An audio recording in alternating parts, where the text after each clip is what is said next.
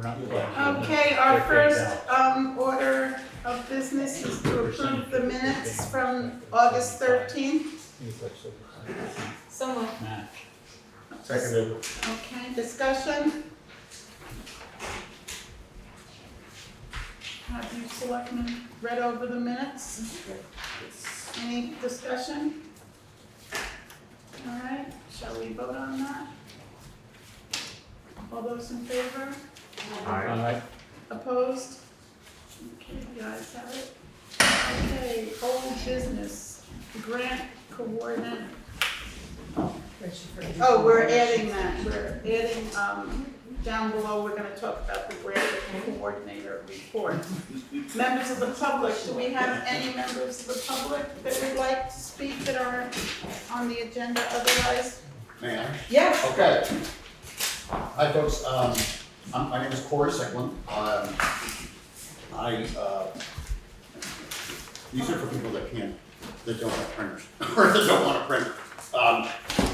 As you all know, the town approved a grant, a $50,000 grant in March for this building to try to at least start putting some ADA stuff into it. And that kind of led me then to connect with Andy Snelling and Bob DeServo, Charlie Marchant, and we figured that, and as Katie knows more than anybody, when you get into grant writing, some of these establishments really want an in-depth history on the building, and so that's what I have attempted to do here.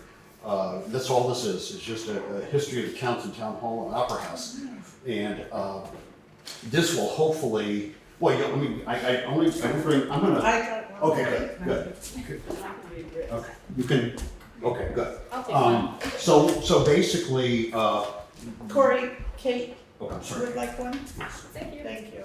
So basically what this is, as you can see all of the references that we used to put this together, and basically, as you can see, this is on top, this is a working draft, so this is an open project that hopefully through Town Hall, through the newsletter, through everybody who wants to participate can, by proofing this. That's really what this is. This is a what I hope is a pretty comprehensive history of just this building and people that were associated, like the Duttons and Winfield, Scott Montgomery, who, as you all know, had a very important part of this history of the town. So this is all in there, and the idea here, as I say, is for everybody to kind of chip in, see what needs to be changed, see what's correct, what's not correct. I will say that when I wrote this, everything that's in this has at least one source. So I can say to you, okay, oh, Corey, that's what apparently happened on June 21st, 1921. Where'd you get that? And I got it from local newspapers. So there's at least one source for everything that's in this. And people like Charlie Marchant have already been busy marking it up, which is good. That's the whole point, because when we ultimately submit what I assume will be a number of grants to try to do something with this building, we want to be able to say, guess what? This history that we've given you is been checked and rechecked and double checked and triple checked. And the most exciting thing that I think Rick and the Planning Commission has really picked up on is the fact that Mrs. Dutton, when she built this building, really wanted that opera house upstairs.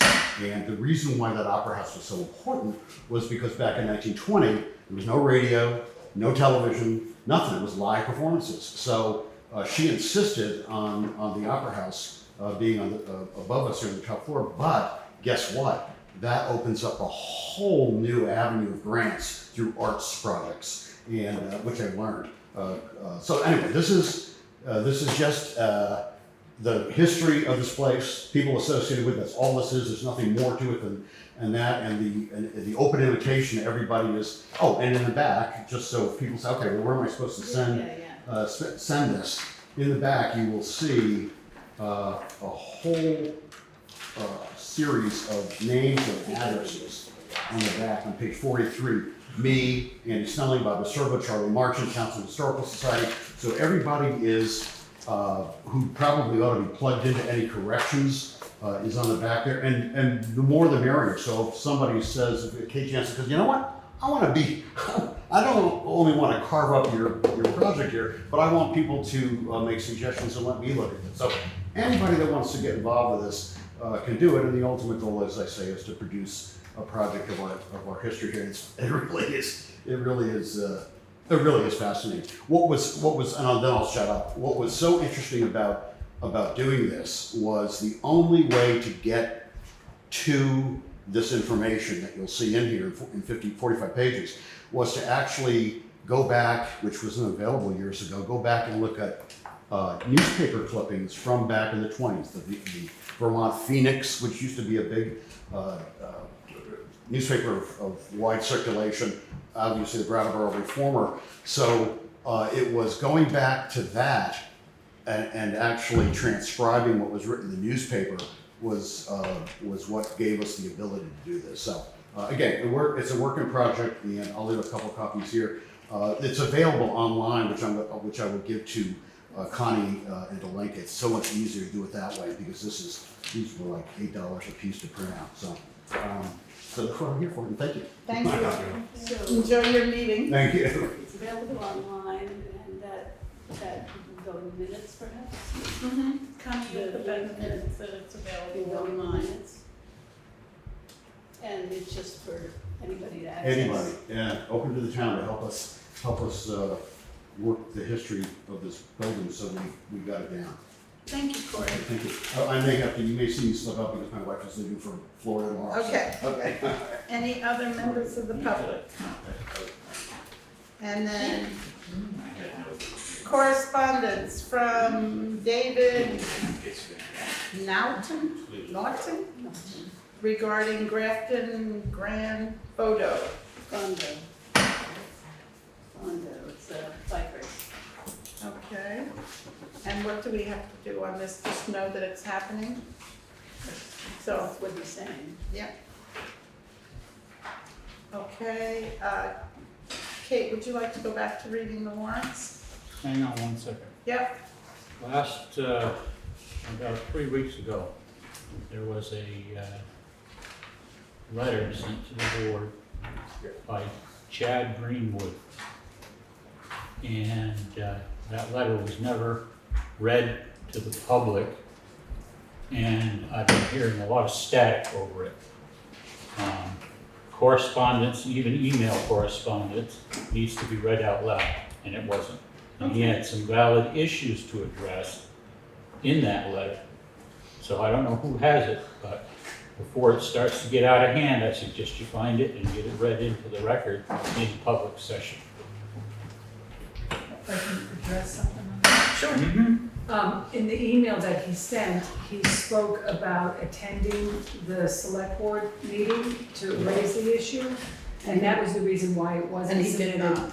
We were waiting for him to, He wasn't there at the meeting that he tried to be at, but that still doesn't alleviate our responsibility to see it's in the record. That's all I've got, thank you. Should we read this Fondo letter, or correspondence into the record? Since it's a correspondence? Okay, I'll read it. So it's from David Naughton of Grafton, Vermont, and he's writing this to Alenka. Dear Miss Wilson, I'm writing to inform you of an upcoming cycling event, the Grafton Gran Fondo, that will be using the public roads through your town on Saturday, October 5th, 2024. Participants will be using east and west Route 30 towards Newfane and West Townsend early in the morning before 8:30 a.m. Though registration for the event is still ongoing, we anticipate fewer than 50 riders will participate. This ride is sanctioned and insured by the USA Cycling's national governing body, and I have also informed VTrans, first responders, and the state police. The ride will be supported with rest stops and a following vehicle. I would be happy to provide more information and documentation at your request. Please visit GraftonGranFondo.com for more information about the event. Sincerely, David Naughton. And he sent that on the 17th of July. Thank you. Katie, I'm sorry, did he say they were gonna be out on Route 30 or just Route 30? Go ahead. Route 30 towards Newfane and West Townsend, east and west. And he said that he notify the state police? Yes. Okay, cool. All right, Okay. Warrants. The warrants, I move that we approve the following warrants from August 27th, there's a typo there, August 27th, 2024. Payroll in the amount of $14,360.83. Payroll taxes in the amount of $6,212.97. Then there's a second payroll, and this was because some hours were not logged correctly, and so a second payroll had to be issued. It was in the amount of $263.10, and then the taxes on payroll number 2 is $41.40. General fund costs in the amount of $7,434.75. Highway costs in the amount of $6,579.92. Highway equipment costs in the amount of $15,515.50. And the gazebo in the amount of $39.57, for a total of $50,448.04. A second? Kate had made the motion. Yes. And any discussion? yep. Gazebo, That was the flags for the Memorial Day and 4th of July. bunting or whatever. Yeah. All right, and second payroll, this was an error. There was, Kate just reported on it. Well, Kate just mentioned that it was missed, and I believe what it was that you put in for 2 weeks and only one was noticed. Yes. And it had to be redone in a second warrant. Okay. Yes. Okay, any further discussion? All those in favor of accepting them? Aye. And all those opposed? Okay, and we remember to sign the warrants before we go home. And then we have the treasurer's report. Oh, you're right, thank you. Highway report. There's a lot to report on, Jeremy. I do have a lot to report on. Start with, I met with Scott Jensen this morning about the drainage at the town garage, and the access to the brook. He said that what we did is suitable for the state.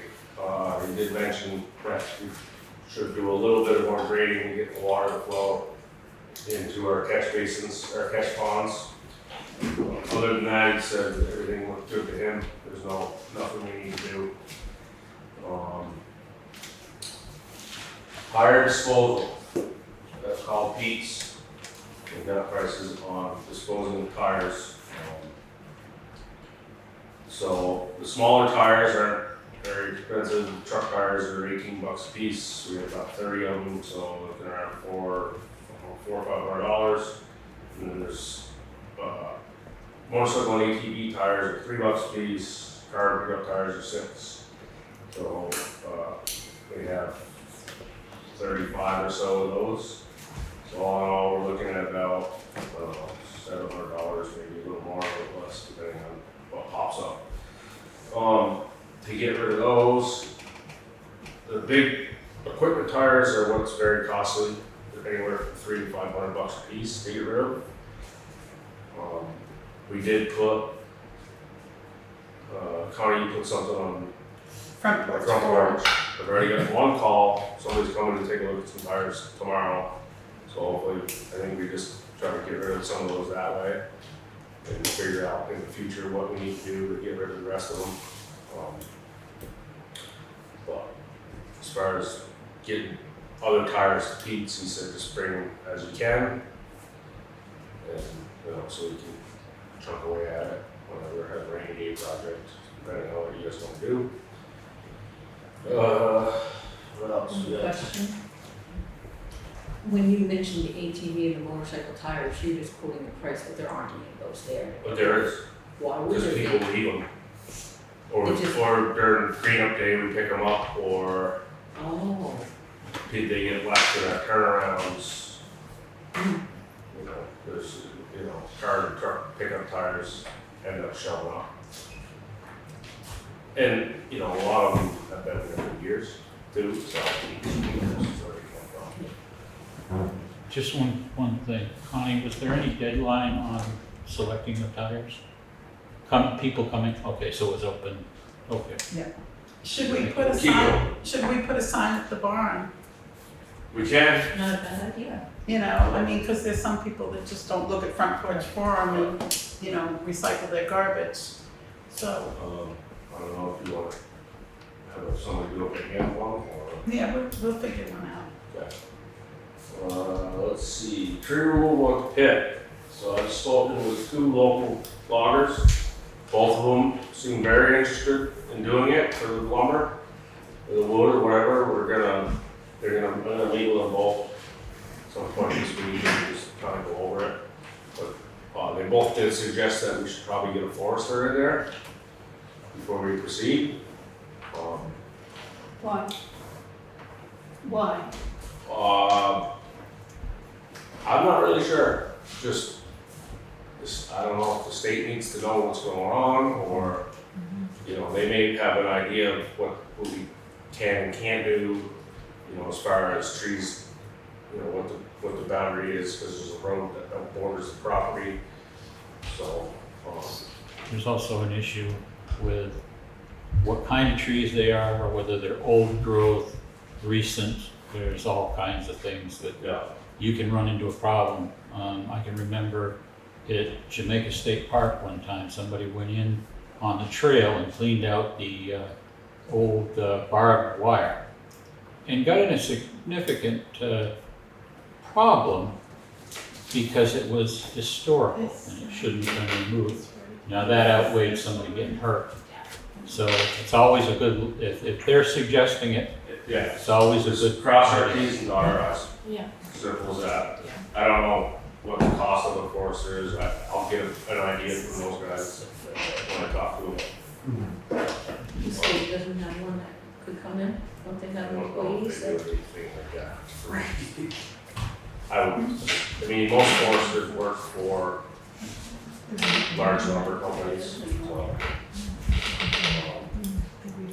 And then, so if we do get somebody to cut everything for the trees without having to pay for that aspect, we still need to look at having somebody come in and stump, tub grinding stumps, which we can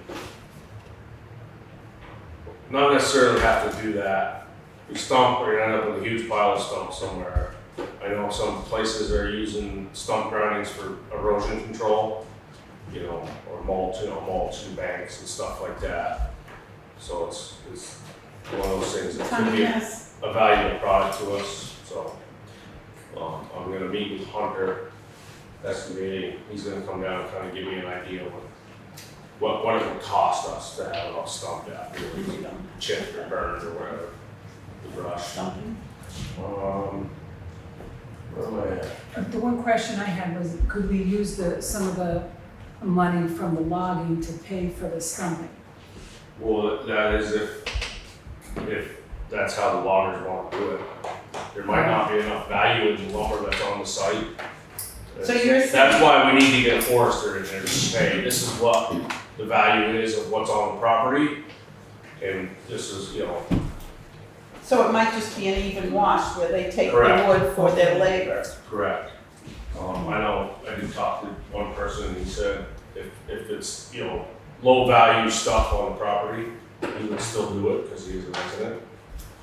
The only thing he would ask is that the town pay for his equipment moves. So it's a better option, a cheaper option, so.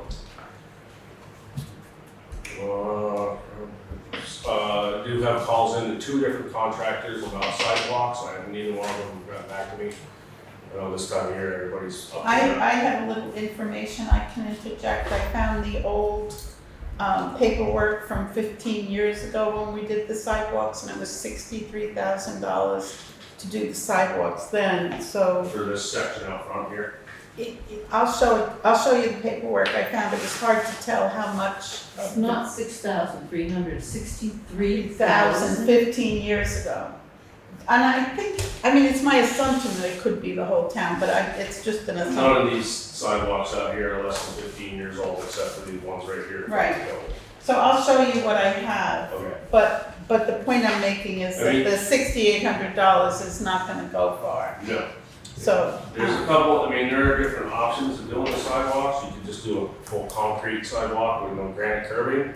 The downside to that is plowing, if we gotta remove snow with the loader, you do damage the sidewalks pretty easily. You know, that's why a lot of cities do granite curbing, because they take a beat. And they do granite holds up a lot better, so. There's that option. I mean, they're gonna give me a ballpark price anyway, so we have an idea of what we're looking forward to. mhm. So, but I mean, I did some sidewalks repairing this morning in front of high school, so there's not such big holes, just with some asphalt patch. One of the things that goes along with that curbing is when we get really nasty weather, when we have flooding, the curbing helps to keep the sidewalks where they belong, as opposed to washing them out in the middle of the road. I mean, if you did a full concrete, you still have a concrete curb, but it's just when you go to clear snow with the loader or the grader or whatever, I mean, you take a look, there's sidewalks in Brattleboro, you can see over the years, they just destroy the sidewalks. Because you get, you know, if the concrete mix isn't strong enough, then it's easier for it to get ruined, so. There's all kinds of different options we can look at, so. I mean, I've seen some towns do a grand curb with paved sidewalks. So, Shall we move on to the old grader? the old grader, so. The old grader. Holly, nice group, and United, I have a thing from United. He sent me a picture of the thing, so I wasn't able to download or print their estimates. And Colin's still working on prices for just the diagnosis end of it, so, and I did call Scrap It. They will take the machine as a whole, but if we bring it over there with fluids, tires, glass, all that, the price drops dramatically. So, yeah, and the price isn't great to begin with. It's So the good tires that are on it are a detriment. to us, yeah. Yeah, But, you know, the highest price they'll give us is $160 a ton. I mean, that's 22-ton machine. You're talking like $4,000 tops. yeah. So it's like, if we, you know, sell it, just sell it. I've had interest of the one person we rented the rental from, Mike and Gilbert, said, well, you guys figure out what you're doing, let me know. So, I mean, I figured that there's just under $15,000 worth of good tires on it right now. Mhm. So we just gotta figure out, you know, a minimum bid, put the description out there, put it out. So, Were we ever given a trade-in value for it, for anything? Caterpillar was gonna give us $20,000 for it. I think they were being nice Because we were buying from because them. we were buying from them. Yeah, So it wasn't like they were buying it from us. yeah. John Deere, there's a reason why John Deere didn't give us anything in trade. Yeah, You know, it's a yeah. 23-year-old machine with 11,000 hours on it. That's, I mean, I was looking online today, and most machines that age have 7, 8, 9. You know, they're still only getting between $30,000 and $40,000 for it. So, Both of you, like, they didn't scrap. yeah, I mean, in my opinion, if we can get it sold in private sale for, you know, whatever we can, really. Or, you know, United sent me what it would cost, baseline price to replace the motor, and that's $40,000. That's where they start, so it'll be 60 by the time they're done. And he's supposed to email me the stuff, and I will send it to Connie so everybody can have it. And as soon as Colin's price for diagnosis comes in, diagnosis is about $2,000, so, plus the $600 something to truck it up to United. Is there anything we have to ask Jeremy about the trash attendant? duties. So, Did we meet Yeah. locally in that? I believe that is, So we're not taking it down from up there until we decide who's gonna diagnose it, or if we're gonna have it diagnosed. or if we're gonna have it diagnosed. So, Okay. I mean, this is why it's there, because we've been Yeah. kicking this can down the road. Number 7, is that something you want to discuss? Yeah, we can. So we need to figure out, you know, if we're gonna put it on Front Porch Forum or Facebook Marketplace, so Tony and I can sit down and write a prescription.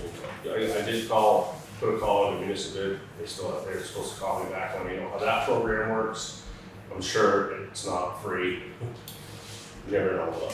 It might be. So realistically, probably by the next select board meeting, we should have a plan for what's happening. It sounds like I you've would got all hope the so. calls out.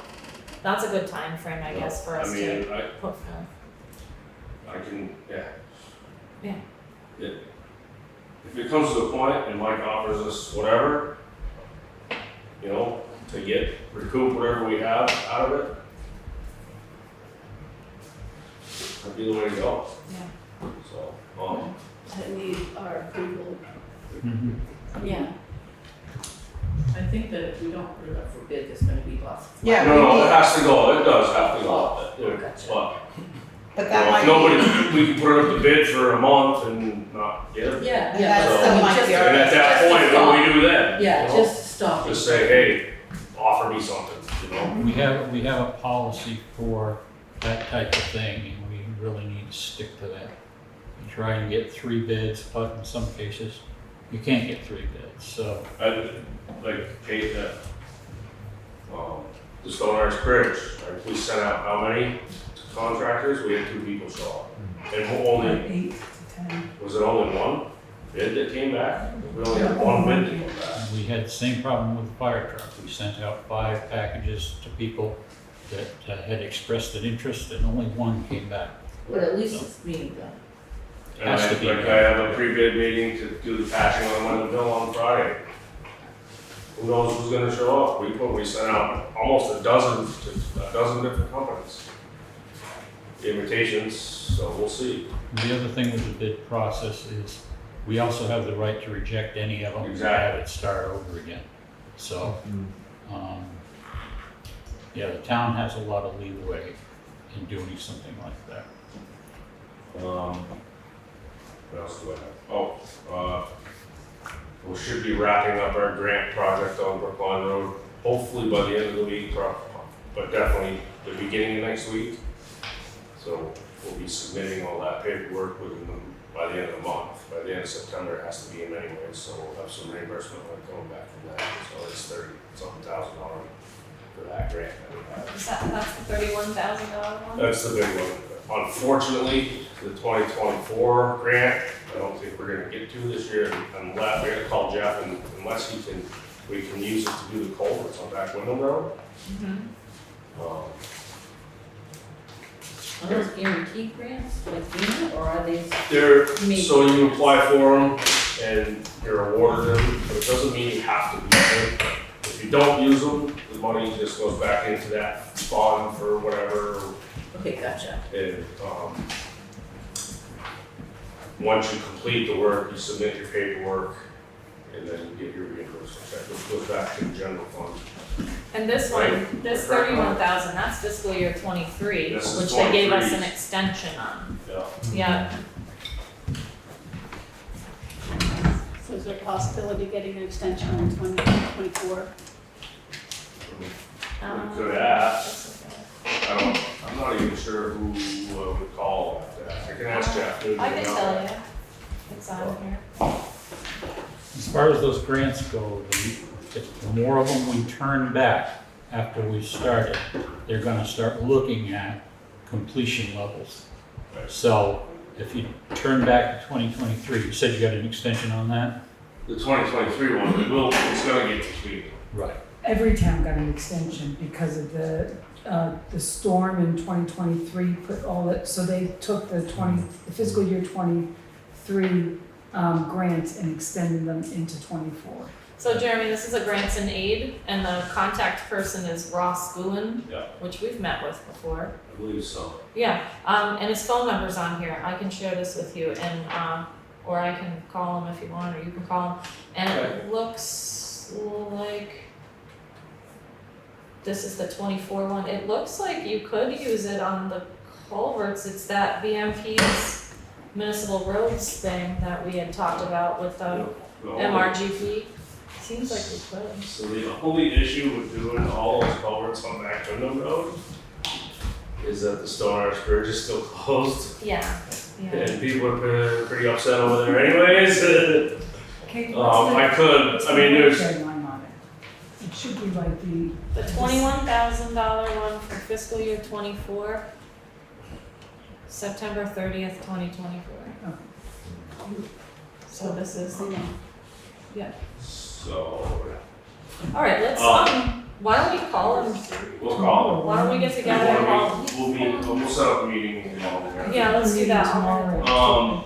Yeah, we could do it. Stone Arch Bridge coming along pretty nicely. They're somewhere between a week and a half, 2 weeks behind still. They had a bunch of breakdowns, and he had 1 week where most of his crew got COVID and couldn't work. It looks beautiful. So, but it is looking great. They're starting to, you're really starting to see progress now. They're almost to the point where they'll do the base, the drainage under the road deck and start setting their stones for the railing posts, anchors, and so. Are they gonna make the hot mix plant, they're gonna have it ready to be able to? Yeah, I mean, usually the mixed plants stay open as long as they can, especially after the last couple of years, because people were so far behind. All the flooding. It's all, usually it's not, most of them stay open until Thanksgiving, so. So we were looking at the end of September before. Yeah. Are we still on Probably track is- for that, or are we going? Brian still thinks First he might, week in October. he might be able to get it so that cars can drive on it when they're not working at night, and then, mornings, evenings, by the end of September, maybe the first week or two of October, so. He has not raised that he's not gonna make the October 4th deadline yet. So it may. I think if there's any work still left to be done, it'll all be parapets, and Because he's not allowed to work in the rivers, all his staging has to be out of there right, by October 1st. by October 1st. And they're almost to that point where they can probably pull it out. Once they get all the stones placed. Just let me know when it's open to even nighttime traffic, because I have to close out the Vermont alerts Okay. for that issue. And if we can do, traffic when they're not there. And We'll then know more as the end of the month approaches and their progress, so. just let me know when it's open to restricted travel, and then when it's done, so that I can close out that alert thing. It might be nice of us to also reach out to Kara Kane, who was having the issue with her children getting to their bus stop. As soon as we know when she can cross the bridge, so that we can just kind of be courteous and let her know. That's a good idea. We should do that. Okay, and before we move from this, Connie can interject with what she knows about the bridge project. This is regarding, I think it's a line item, on old business, or it was on the agenda to report on our portion of the Stone Arch Bridge that is coming up. The town's portion is, the town is responsible for basically 4 areas, which is the drainage, the setting of the parapets, the guardrails, and the paving of the road afterwards. So as Jeremy reported, we're coming up to the finishing of the drainage, which is coming in at $16,000, which we had budgeted for, and so we will have to pay that out. The parapets, I think the invoice, Parapets will be like one of the last, parapets are the railings. I'm not sure it's included in the $54,500 quote, it may be. But I believe the we've already received an invoice for $8,000 of the $16,000 for the drainage, which would imply we're gonna get another $8,000. And then, the select board will need to have a discussion about where we're coming up with $54,500 for the guardrails. We have budgeted $20,000. And And we so, voted 50,000. we didn't vote, that was the quote, we voted to accept his No, design. at town meeting, didn't we vote 50,000 then? I'm not sure that there's I think, 50,000. if I remember correctly, it was 50,000 to the historical. Right, but I think, well, it wasn't to the Historical Society, but I don't think there is going to be 34,500 left. No, the thing was to the Historical Society, Charlie brought it up. Right, And it but was the to article catch- did not say Historical Society. It was supposed to catch the last bit of the actual project, which he didn't think was gonna come in to more than, it would come in under the 50,000, and then the rest of it could be applied to parapets or that So type of what stuff. I'm, I have and the we're gonna get article. the numbers, but what I'm being told is that the remaining part of that 50,000 will not be 34,500, which is the amount that the town will have to come up with. Do you want me to read the article? Yeah, the article didn't refer to Townsend Historical Society. No, the town, to see if the town will vote to raise $50,000 by taxation to be held in a reserve account for the restoration of the Stone Arch Bridge on Backwooden Road. So where we're at is that we all know that it was the Historical Society who put the article in. However, that money is sitting in our accounts. It has not been turned over to the Historical Society. The treasurer of the Historical Society is putting together an update on the finances of the Stone Arch Bridge project, how much has been paid and how much more is needed. And what more is needed, I would assume, is going to be coming out of that 50,000 special article. And therefore, there will have to be a discussion with the Historical Society and amongst ourselves where to make up the difference on the parapet cost. You may have to put in a special town meeting to raise that kind of money, because it's not in the budget, really, not in the budget anywhere. We carved as much extra waste out of that budget as possible, and unless you're gonna just defund something else, which won't go over well. Let's get the figures before we discuss. Well, you're gonna have to have an actual figure Right. for a special town And then- meeting anyways. Right, but then we can talk about whether we need a special town meeting or not. We need this money by October? Well, when he submits an invoice, we're expected to pay it. And my understanding is that we have to pay everything before we can go to the federal government for their portion of the grant. I mean, I could be wrong on that, but that's my understanding. It's usually the way they work. What's our, just trying to work out what our time frame is so that we can get this. Well, so sometime this week, we're gonna be getting the status of where the project stands and where the funding stands. And then I think we engage with the Historical Society on how much is left of that 50,000. But the timeline would be by the end of the project, which would be early October, I would think, because that's when the invoice would come in. Shall we move along, folks? The next is the treasurer's report. We actually have a report from Elaine dated today. General fund checking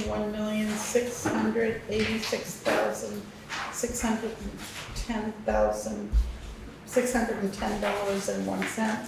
And the sweep account has $30,000. To date, the town has collected $1,367,319.23 in the tax revenues. There's a special note that due to the 24-hour window in uploading the printing, stuffing, and mailing of the FY 2025 tax bills, the resident, a resident brought to the tax collector's attention that there was a typographical error again on the tax bills. The interest due printed on the tax bills that were mailed on July 22nd read 0.05% instead of 0.50%. We have updated NIMRIC and the tax administration systems will properly calculate the 0.50% on any late payments. I can read the last one and then we can discuss if we want. A reminder to the select board, when you want to be paid for your yearly stipend, please submit in writing your request for payroll to be processed. Okay. Shall we make any discussions on that or questions? No?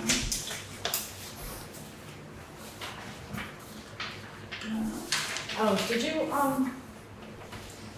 we skipped over the trash attendant duties that you Oh, just okay. kinda asked it. Do you- Yeah, we can go back to that. Okay.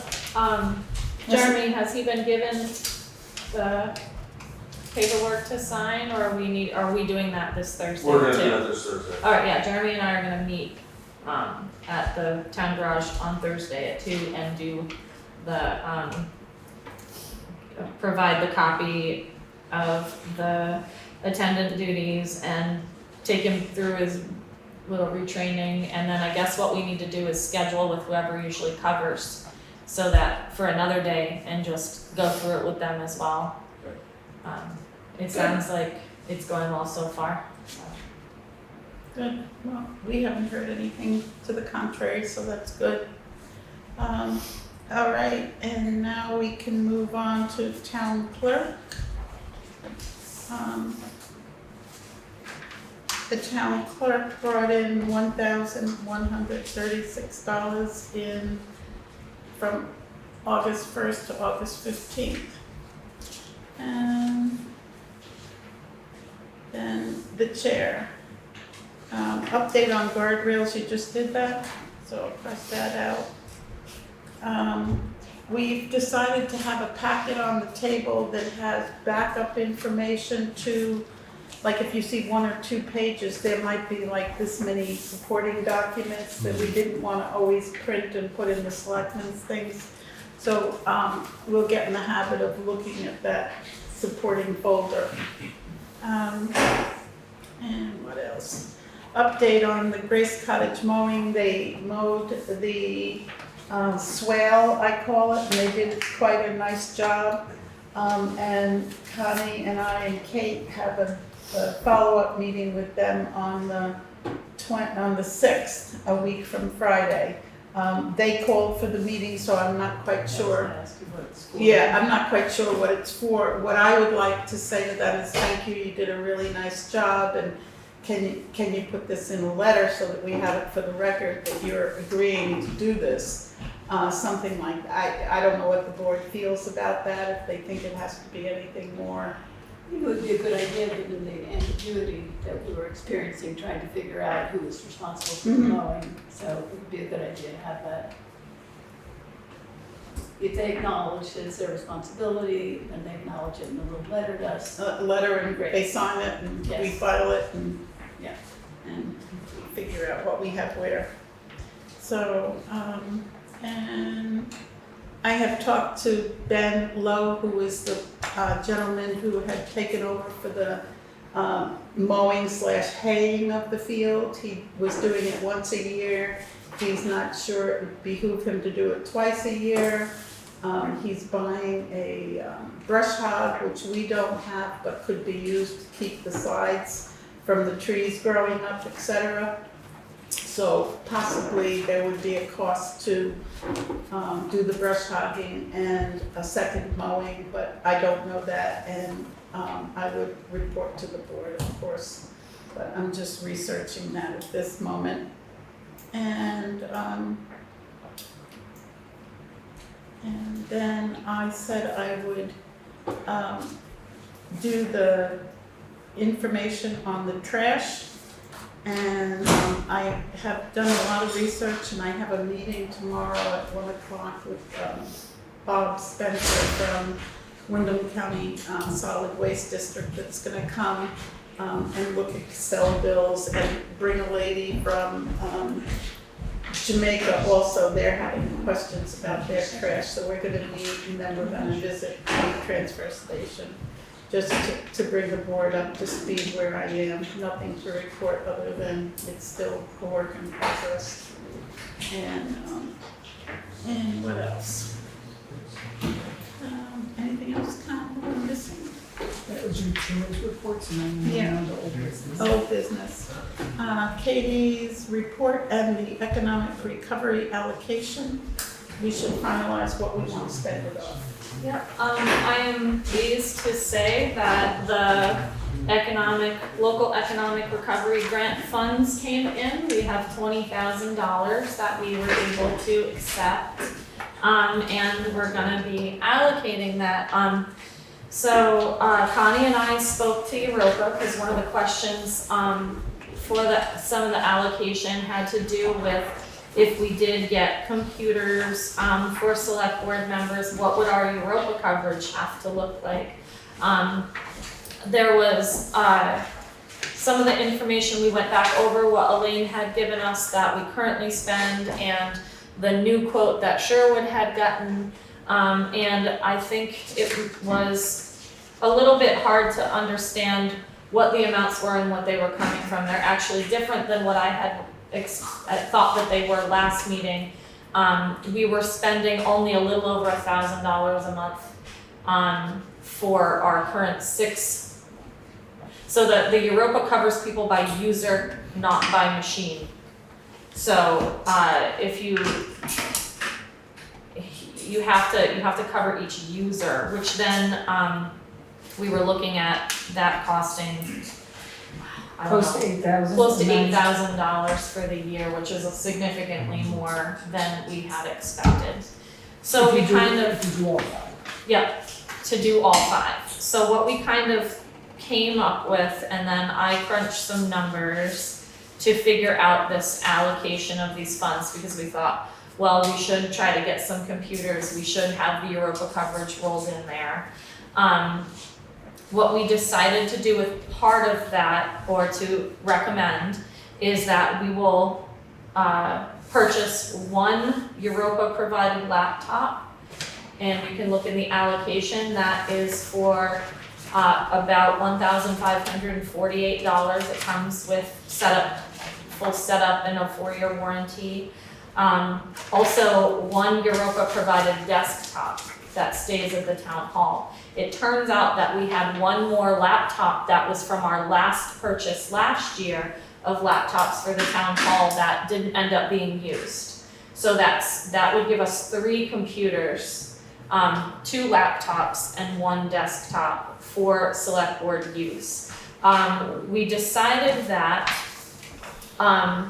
the people that we would cover with Europa and with actual computers are the 3 long-term select board terms. And the 2 one-year terms would be encouraged to come in and research their action items using the desktop that's at town hall. We would not be covering those 2 one-year terms under the Europa right now as we absorb these new costs and see how that works out for our budget. We could do that at another time. We do have the full quote for what that would look like.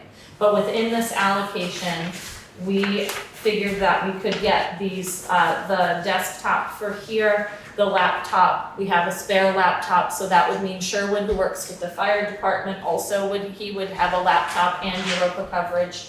I, because I'm doing the grants and on the select board, would have a laptop and Europa coverage, and Ally would have the desktop with Europa coverage built in. So those are 3 things that are in this allocation. Then we have the iPad for the road crew in the amount of $1,135. I've been itching to get that for him for a while, and I really wanted that to be covered, and if we can get that, that would be great. You'll see the Europa cost for 3 users at $5,472. So that would pay for that for a year. For the 5 more members that we're adding. So that gives us some time to plan and budget and decide if this is how we're gonna go ahead with it or not. going into next year, we can make that plan. I included in here my wages as grants coordinator, which I guess could be subject to change at the end of next month if you guys decided that you didn't want to move forward with my position. But one of the recommendations I was given early on from some of the other grant coordinators for other towns and larger nonprofits and things that I had spoken to, they said if you can get a grant to pay your wages and lessen that burden on the town, then you're able to do this work and try to get more funding for the town without costing them money. So I put in 6 months of wages for my grant coordinator position at $6,841. And then in the meantime, we've also had a commons meeting about what we're doing on the common with all the improvements we've been trying to do. And we found out in my fountain research and during my fountain project stuff that there are several issues with the fountain that need help, and some of them need help sooner than later. And I'm specifically talking about the equipment housing has a pretty dangerous outlet inside of it that electrical needs to be dealt with. The drain itself in the fountain is not working, it's broken.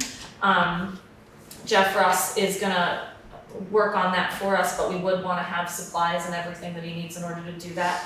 I already said the electrical, and then the pump is just completely shot and needs to be replaced. So I allocated $4,108 for that. So that's separate from what I'm doing with the fountain grant itself, because these issues are more what we were calling short-term fountain issues that would need dealing with in the meantime, and then we can use the grant funds for the actual restoration of the sculpture and the pool and all of that. The sculpture is just the metal part of the fountain, that's what I've been referring it to. So I allocated $4,108 for that. So the total allocation is $20,000, that's how much the grant funds came in for. And these are my recommendations that hopefully somebody will agree with, and if you have any questions, I'm happy to answer them. I'd just like to point out, in case it wasn't clear, that the wages for the grant coordinator are being paid out of grant funds that were secured by the grant coordinator. So the grant coordinator is securing funds in order to cover her own wages. So that's clear. And I think that's what we've been recommended to do, is to try to fund the position. At least for the 6 months, we can fund the position and, lessen that burden on the town. So can you clarify on this first Yep. item here, the laptops, that is for 2 laptops or for 1? That is for one laptop. The laptop costs $977. We went with the Lenovo as opposed to the Mac, because the Mac, we didn't have these setup fees. We didn't know how much that was gonna cost. The Right. warranty wasn't as long. And we were feeling a little bit safer if they're provided by Europa and the coverage is built into them. It's pretty straightforward. They did not have those kinds of costs with the desktop. And you will see that I did not add the monitor on the desktop because we have one here. And Aaron from Europa seems to think that with just a simple cable, we can use the one we have. And we were able to save about $130 doing it that way, using the equipment that we already had. But the road crew specifically wants an Apple product. It has to, it was recommended by V-Trans when they spoke to us about, getting this tablet for, it's for all of the information he needs to be doing on site to upload for all of these grants. He takes a lot of pictures, it's the GPS particularly within the iPad that you can't use an Android for because the GPS is more accurate on the iPad. So V-Trans had recommended this for us. So it gives me the availability to update, say when I replace a culvert. There's a Vermont website that has every culvert in the state. And it gives me that availability to, once we complete changing that culvert out, I can go into the system, boom, it's done. And that keeps us current in our inventory that we have to do I don't even know, it's like every 10 years, I think. So, that, and like if there's a FEMA event, then I'll put pictures on a town product and not my personal phone. GPS is important. Like you said, for doing the grants and aid projects, I can do my before and after photos and upload them like instant. So. And it doesn't cost us any extra Europa money to get this for Jeremy because it's by user and not by machine. So he already is covered with Europa, and this just furthers our cybersecurity for us to get all of this town data off of personal devices and onto things that are owned by the town and covered under our cyber package that we have. I think it's really important for that. And also, when this information needs to be pushed forward to, you know, The next selectman. right, and the next road people and everything like that in years to come, it's all in one place, and we're not looking for it in a million folders. It's just streamlining everything and protecting our town. Yes. So how do we go Laura back? has a question. Go ahead, Laura. I have a number of questions, actually. Okay. You're not surprised. So, is this grant dispersal of funds all the select board involved, or just the grant coordinator involved in how it's going to be spent? The grant coordinator is making a suggestion, and we, the select board, will approve or modify. Okay, and why is it that the select board chair is not getting a laptop, but somebody else that's not a select board chair is? I mean, I don't understand the. She had a preference for a desktop. And I didn't care. I don't need to take it home, I can come in here. I usually come in a couple hours a day and work, and I'm happy to work And you don't here. mind, and No. you don't mind the fact that you'd have to share, but what if the other people wanted to use it at the same time? You'd have 3 people. I Sharing usually that. can work with people. Well, and we Okay. figured, like with you know tactical scheduling, that having a machine here at the town hall for the access of the other 2 select board members that are not covered under the Europa, instead of a machine people are taking all over the place. That's a lot of people to be passing a laptop between them, but keeping it stationary here, using the monitor that we already have, kind of just making it streamlined like that. And you all had already talked this over before. Okay, gotcha. Okay. Those are my only questions. Okay, well, what I was gonna say is, I would think we should make a motion and then discuss this, and then if we modify it, it will be within the motion, right? Okay. So, can I entertain a motion, folks? I would make a motion that we accept the grant coordinator's recommendations as read. Thank you. A second? Seconded. All right, then discussions.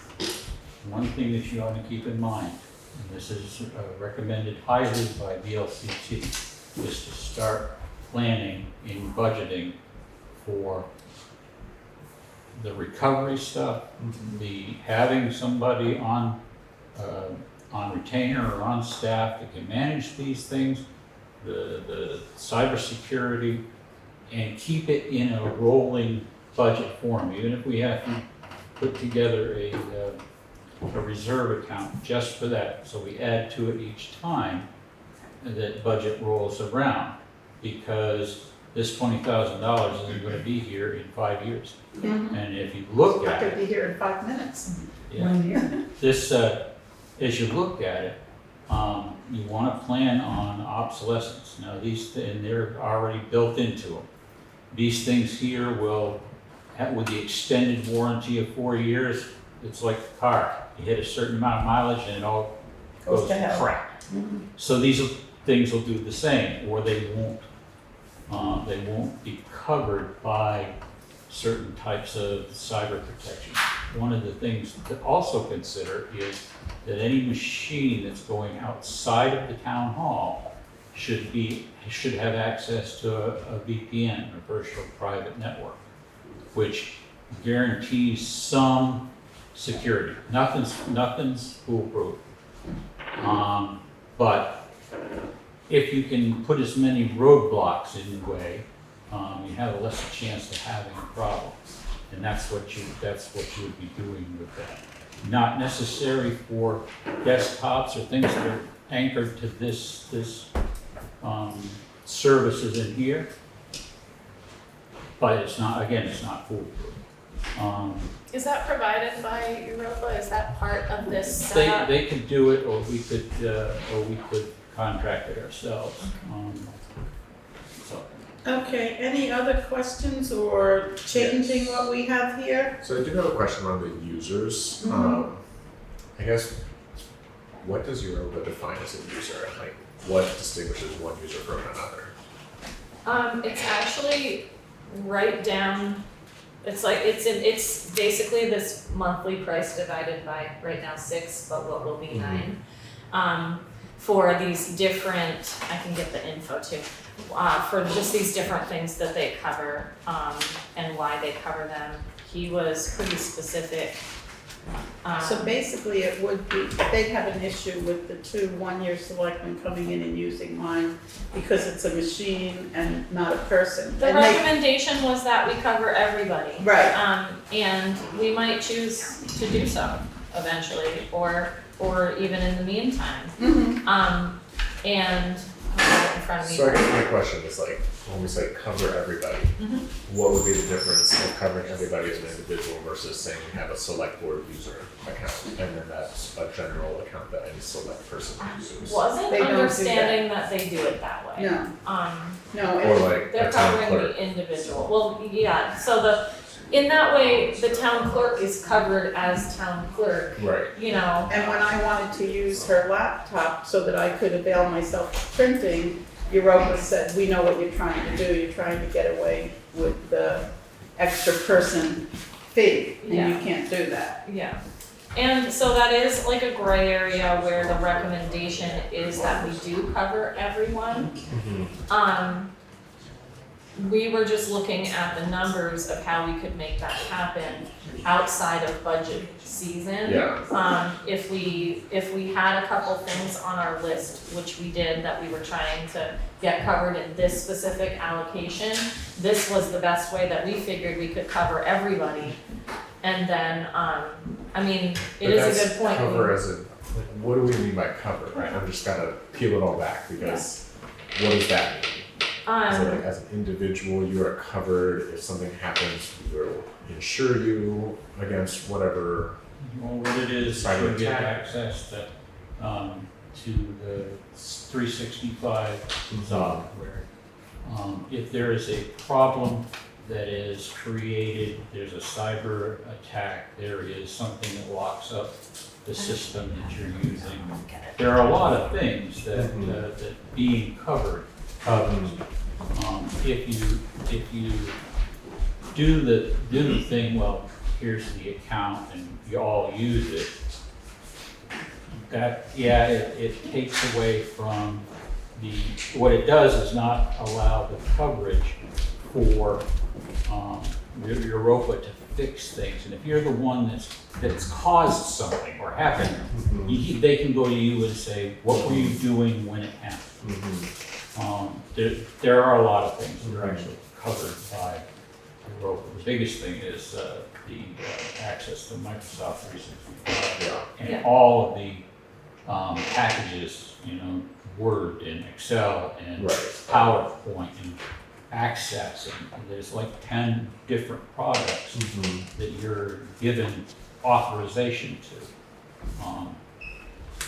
And as far as having the machine here, you just put different logins. I wouldn't go with select board login, I would go with what your email address is. So that they know if something happens, they can come to you and ask you, what were you doing? But then you But that should be wouldn't be a a Europa yearly that wouldn't be a- subscriber. That would be a different user, right? Right. So if we didn't have users for all 5 of us, Well, we you already, would be, you have access to certain products on your email address. Right. And that would just go, that email address would be counted as a login on a single machine, if that's the way. So are you saying that if you only use your email, you don't necessarily need an extra Europa? You don't need an extra account address. That would serve as the account address, but Europa is going to charge by person. So if 5 people use the same machine, right, they Yeah. also have an account. Yeah, yeah. So, I mean, I'm not saying I like this, but we could pay for half of the wages and pay for 2 more people. We could eliminate the fountain and pay for 2 more people.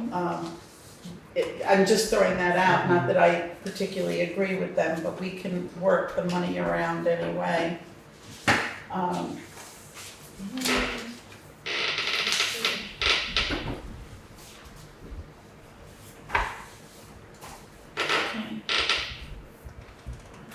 It's about maybe around $2,400 on top of this Europa coverage to cover you guys, so Okay. for the other 2. So we could choose to find that in outside of this allocation if we wanted Yeah. to, just so that we're doing it like that, or we could move some numbers around within this allocation to cover everybody. And that's just for managing the user accounts, right? Yeah, there's these different things that are covered. It's the Office 365, which has your domain in there, Mm-hmm. and The .gov is about $22 per person per month. yeah, and it's all broken down per person per month, covering your email, the domain hosting, the different security stuff is the biggest thing. We need training as well. Yeah, and also this like unlimited help at the support desk and cybersecurity, all of that.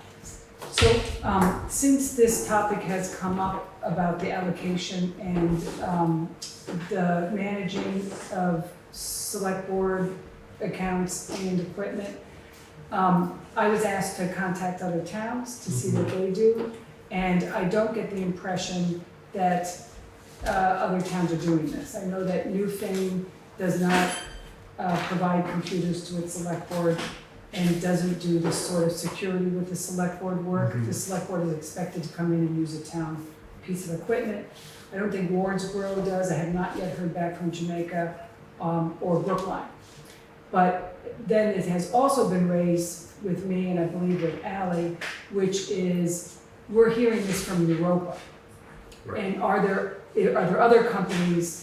I know that Newfane uses 2 Wired guys and Wardsboro uses Vermont Geeks. Is there other companies who may have a different view on it or may have a different price range on it?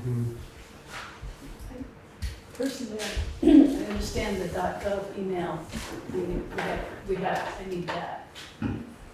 But I don't feel the need for additional security coverage from Europa.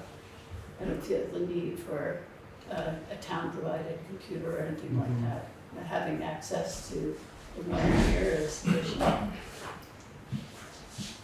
Well, we can table this until the next meeting and everybody can digest it. I mean, is there a reason that we have to decide it right this minute? No, I think our biggest thing is that we need to just, once we're spending this funding, we need to track it really well. Yeah. And it went into its own Line line item. item. So as long as, and part of this idea of creating an allocation instead of just letting the money sit there and deciding as we go along is I just think it's really important to dedicate the funds really specifically so that we've had these conversations, so that we know what we're doing with it. Because also they didn't give us an expiration date. A lot of these grants, they'll say you have to spend the money in a year or whatever. They didn't do that. It's not to say that they won't. And so we really want to know what we're spending it on and what our time frame I think is. I think it's Well, and I agree with Tanya that it would be nice to know our options. The one thing that frightens me a little bit about Europa is they've said things like, well, if you don't do the trainings, then we won't back you up. And, you know, a lot of us are voluntary and don't have time for a lot of trainings and. Trainings are 3 minutes at a time. They're given to you through your email accounts. And the biggest purpose for all of this stuff is if we don't have cybersecurity insurance, which requires a certain amount of training, you can find somebody that'll fund it, usually the VLCT. So if you don't have these things in effect, you don't mitigate what the open holes are. When it comes to getting hit, the VLCT can say, You're on your own. you're on your own. And that getting hit can be in the millions of dollars. All she's got to do is make one mistake on a keyboard by answering an email that isn't legitimate, and you've wiped out the town's funding, And everything that's in the fund. And how long you have to wait to get it back. And if the insurance says, sorry, have a nice day, where are we gonna get the money to pay the school and keep the lights on? So, yeah, you can say it's not necessary. Now, hang on, I didn't say it wasn't necessary. Just a minute, I'm just saying, if that's not part of the conversation, then it's on you. You know, that's the way it is. And I do want to point out, I'm not sure if we pointed this out last meeting, but there was an issue a year or two, probably 2 years ago, where an employee of the town's information was compromised, bank account, his pay, his personal social security. I mean, that was real and it happened. And that's something that we would like to avoid. And the insurance company said, nope, we're not covering it, you didn't do the minimum amount of work. Yeah. And Okay. the minimum amount of work is getting more in depth. Okay, so shall we table this until next meeting? Why are we tabling it? Why are we tabling it? Are you ready to vote to spend the money this way? Well, I'm not ready to add to it by another $2,000 or $2,400 for the extra Europa coverage. I personally feel we need a little bit more information about, is there any competition for Europa? That's my one person's opinion. So, It Well, you does got a sound, motion. Go ahead. it does sound like what you said that Newfane does, where they encourage their select board members to come in and use a town machine, that's a very similar setup to what I'm suggesting here. And part of the reason, like for me personally, I bought a rebuilt computer to do all my grant work on, because I don't wanna have that, I'm dealing with funds and town information, and I don't want that to overlap with my personal stuff, emailing someone on their birthday. And, you know, I think that's where you get, and what we were discussing with Europa on the phone, is that's where it gets muddy.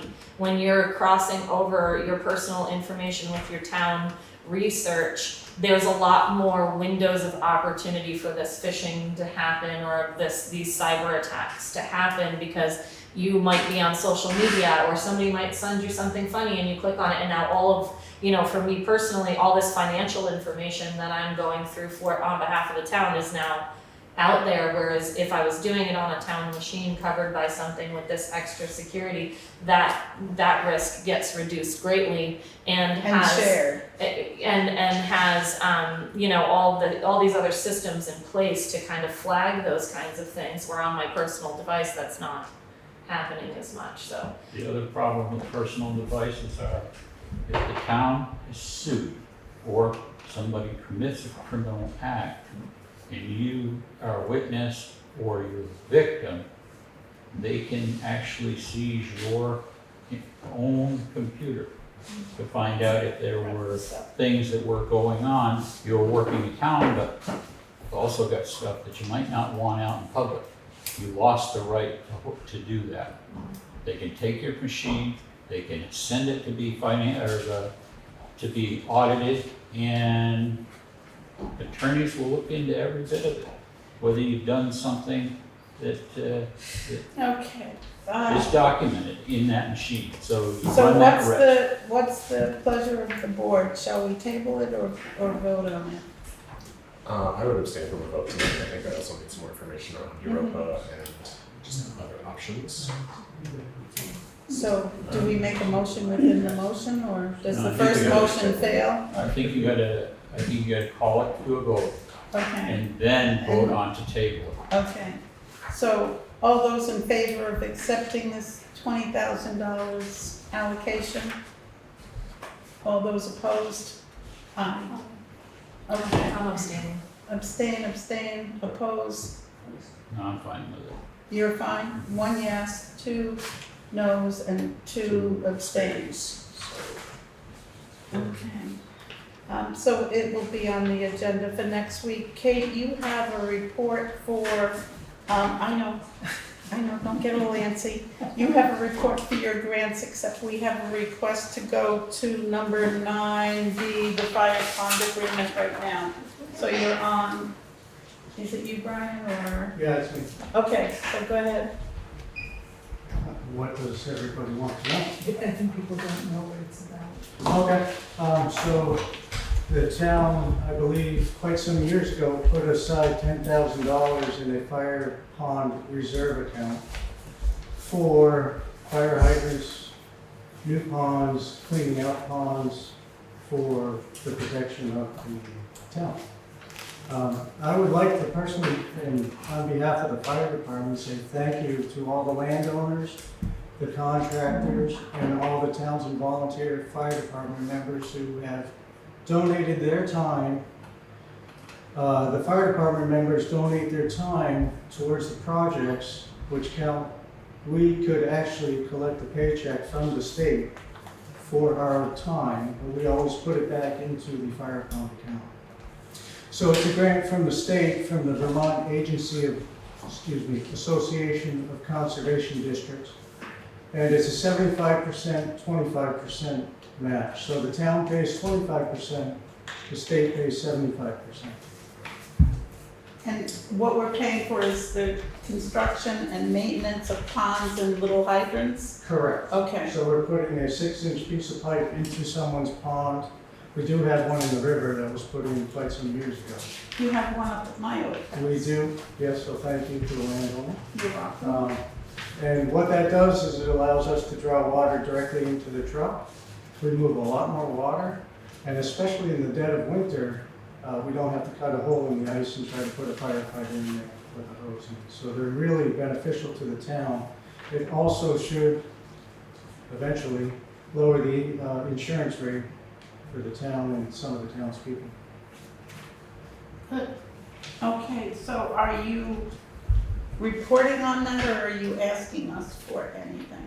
I was asked to come down here, Okay. so I don't know why, but I'm here to answer any questions or Okay. I can tell you we put in 6 hydrants.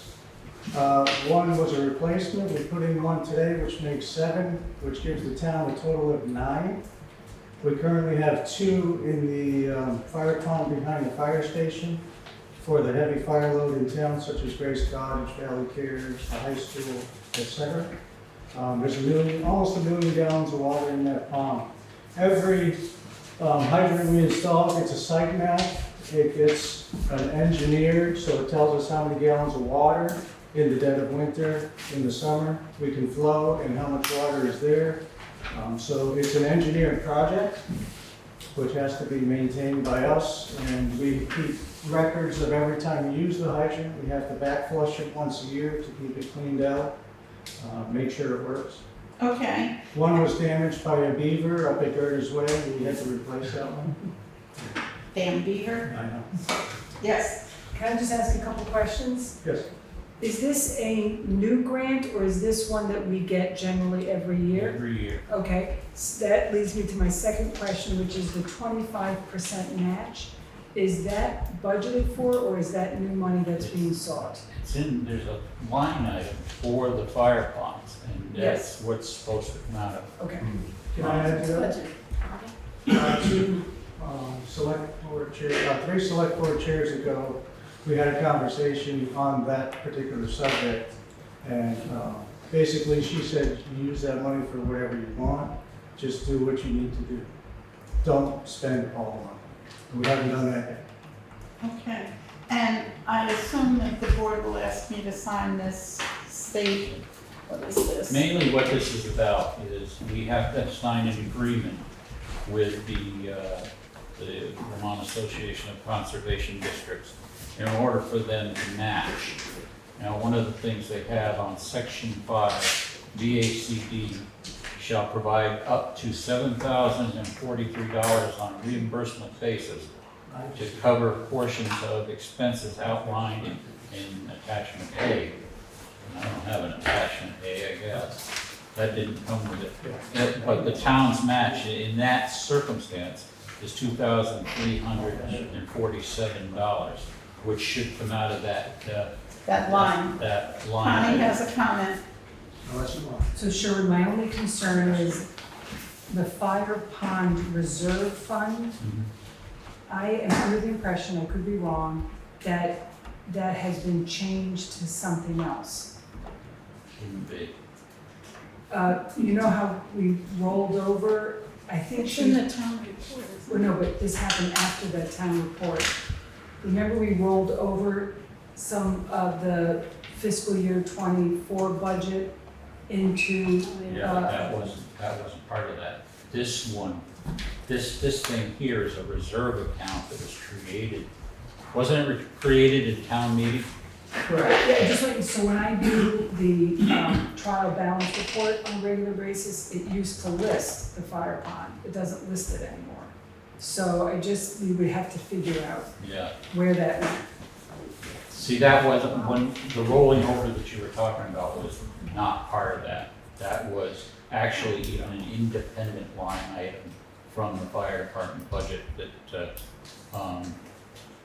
it was one set up by town meeting. So that's where it should go. I think it was set up for $10,000 to cover these 25% matches. Correct. So I think we have to, so notice here, Those monies were put aside, I think, in the late 90s. we would It's just a have separate account from everything else. Yeah, so what's being asked is that this agreement with the state be signed. It is a tremendous asset. One of the things that you can look at is the Taft Hill, what was the inn that went up a couple of years ago? Wyndham Hill. Wyndham Hill Inn. That required so much water that it nearly drained they were sucking mud out of the fire pond, and if we didn't have that fire pond. Sure, can I interrupt? Yep, We go ahead. actually used 2 hydrants for that fire. Two of them. 2 different ponds. We ran roughly 44,000 gallons of water. So if we didn't have these things set up, it takes longer to get water, and yes, the thing was pretty much gutted, destroyed, but it was still standing, and And no one was hurt. no one was hurt. But you add time in to truck all the way from wherever you would go to get it. And I don't think the river had enough water in it at that time because we were going through the drought. So these ponds are integral to getting water onto the fire as fast as possible. So, I won't be voting on this, but I'm gonna make the motion and then do with what you may. I would make a motion to sign the agreement with the Vermont Association of Conservation Can I Districts. stop you? Yep. So, when I had the conversation with the select board chair 3 years ago, she designated me to sign all these Oh, and send them in. Okay, So well, let me maybe just that's need- where the confusion is. Okay, are you willing to do that? I already did. We got the hydrant in today, sorry. Oh, okay. Okay, so you don't need these signed by us now? Nope. Technically, those should have came to me, so I'm not sure who opened my mail. Okay, well, I guess I don't need to do that, but it was a good informational, But we do need to clarify, Where it's gonna. where that money went. Yeah. We will, we have some ideas about. And what happened. to add to that, every invoice goes to Sherwood, he issues a PO, and he brings that to Elaine. After that, I'm not sure what that. if they come to the town, then that's what we'll do with them. And she Yeah, said- and every time I do one, I put the hydrant name and I put fire hydrant after it, so it's Okay. pretty clear where it should go, Mhm. what we said. And she's been told that anything that comes into the town hall that is related to the fire department, she needs to send it to me so that I can create the PO. We don't send anything through to the town budget, and I mean anything, unless there's a PO with it. It helps explain where it comes from out of the line items. And I can tell you what the town, what all these costs and what the town has actually spent, if anybody is interested. And you have to go pick up your wife, right? You have to go pick up your wife. So you might as well do that. Thank you for everything you do, Brian. It's a lot of hard work. Yes, Including digging Laura. Hello, Laura. I'm just trying to see through the fog this whole conversation that just happened.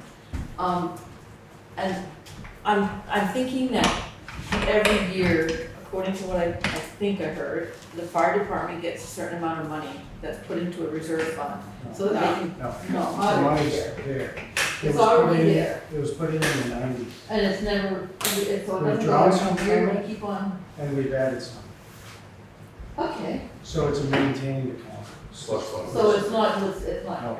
okay, It's in there, But but it's it's kind of like under the fire truck reserves. fund, the money's always there, yep, and we just keep drawing from it as we need. and the townspeople don't have to keep putting money into it. Correct. No. They only, I with can that see amount of behind money, that. Laura, with that amount of money that was originally set up, you're only using 25% of it at a time.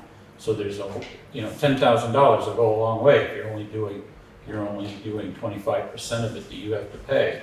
And then when the state pays us back, the matching funds for the fire district, it goes into, so you're only dropping down a small increment each time. Okay, now I understand. We probably very soon are gonna have to ask the town to put more money into it because you can't, you keep drawing, you don't have anything left, but it's not right now.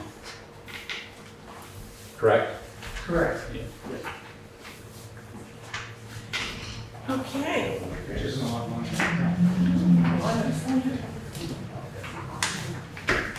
We're all set. Okay, Thank you. Thank you.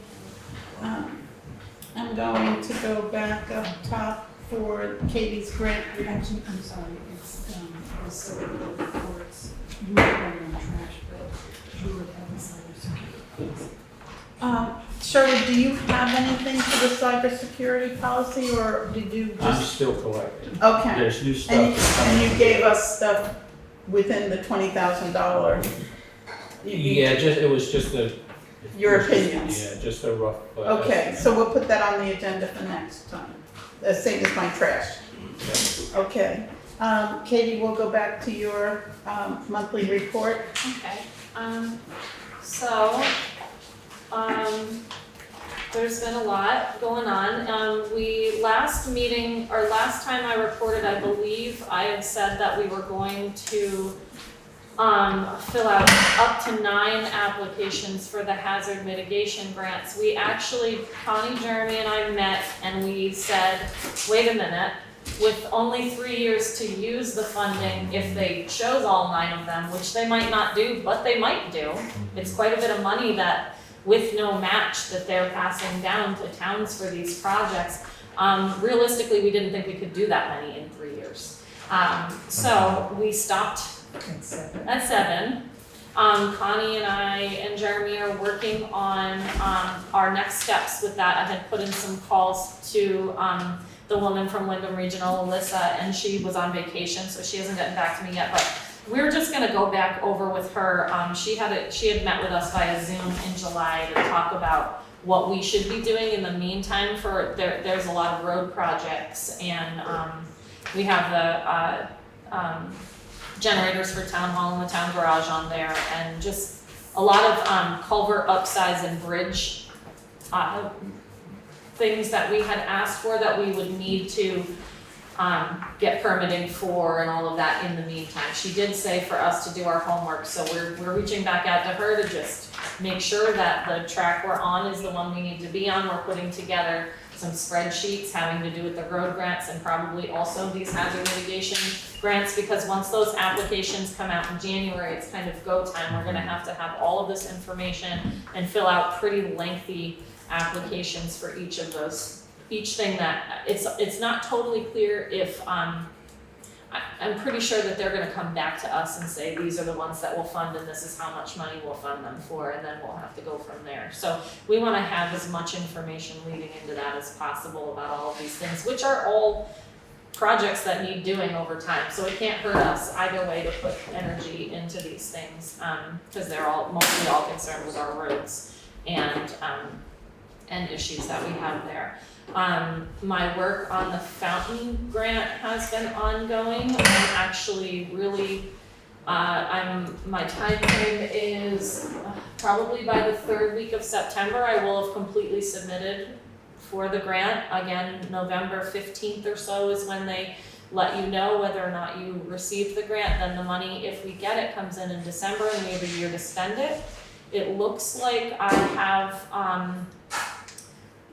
the support of the Common Committee. I gave a presentation and a question and answers with them last week, and people were supportive. Like I had said before, Jeff Russ is now involved, and that's going to be very helpful because he has a lot of information. I've received several letters of support, and I'm seeking more for that, with also commitments to the project, which is really exciting. There'll be some events with the library to have them be part of it. There's going to be some involvement from the Historical Society where they'll mention it in their newsletter, and they've provided me with a lot of documents and photographs, and those things will then be tied into the events with the library. So it's pretty exciting how many people are interested. I met with the library board of trustees, and they were very interested in supporting the project. So that's something that I've been working on. I think that probably first meeting in September, first select board meeting in September, I would like to basically show you guys the finalized renderings and just a lot of the details that I will have shown to the Common Committee ahead of that. I showed them a lot of the work that I've done so far. That way everyone's in the loop before I submit, just in case there's anything to talk about at that time. I would rather do it by then. And everybody's welcome at our meetings Yes, as well. and our common meetings are open to the public. People can come and talk to us about it. We did find out that the drain is not functioning on the fountain, so that's definitely something that needs to be dealt with. And we'll be dealing with that separate from the grant, but hopefully with some of this allocation money if it passes next meeting. That project is ongoing, and I should, the grant is due on the last day of September, and I'm going to try to submit it somewhere before the 20th, so that 3rd week of September is when I'm trying to press send on all of that information. There's no reason right now why it wouldn't happen. I've got really great photographs I've taken, and we've got renderings, and we've got a ton of information that So much history. It is, and the questions on the grant have changed since last time I was trying to apply for the gazebo, so there has been a little bit of change for that for me, but it's not anything that I can't answer and can't handle, so it's going really well, and it's actually been kind of fun to do all of that research and apply it, because it has to do a lot with our town demographics and things like that, which I think is good for me as a select person and as a grant person to just be up on all of that, and how these projects with improving our common helps improve our community and help support our community, and I think that kind of stuff is important, so. Will there be money available to create a cover or a cap for that thing over the winter? I'm talking change. I have asked, I've asked Reed from Newfane, I know he takes his out. But also I'm meeting this Thursday with the contractor out of Brattleboro who's going to be doing the repair on what I'm calling the fountain sculpture itself, the metal part of the fountain. And I was gonna talk to him, I mentioned it to him this summer, about us wanting to cover it in the winter and what that should look like and what that would require. And so I expect this week for him to give me some information on And it that. was my thought, maybe he could just store it there if he has the space, that if he's gonna take it to repair it, keep it, and then in the spring, put it back up. Oh, yeah, I think he wouldn't be able to touch it before December, because if we get the grant and the funds come in, it's what's called a shovel-ready grant. You can't do anything. You put your shovel in the ground the day the money comes in, and that's when your project starts. So you can plan everything. And my time frame for that, ideally, if it happens, is we've talked about the possibility of him taking it out in December and storing it in Brattleboro. That's that's up to him if he's interested in that. That's also up to us. Like if he says no and he thinks it takes him 3 weeks to work on it, he brings it back to us, and then we're storing it. We just have to decide how that's gonna look and what we're comfortable with, because it is a very old thing that we're trying to I save think and your not. point about covering it might be good for next year, but if we have to take it out this year, we wanna think about that. Well, I'm thinking covering the whole thing, not, Okay. not just the Oh, the whole thing, the okay. whole thing. Building a tent style out of plywood, whatever.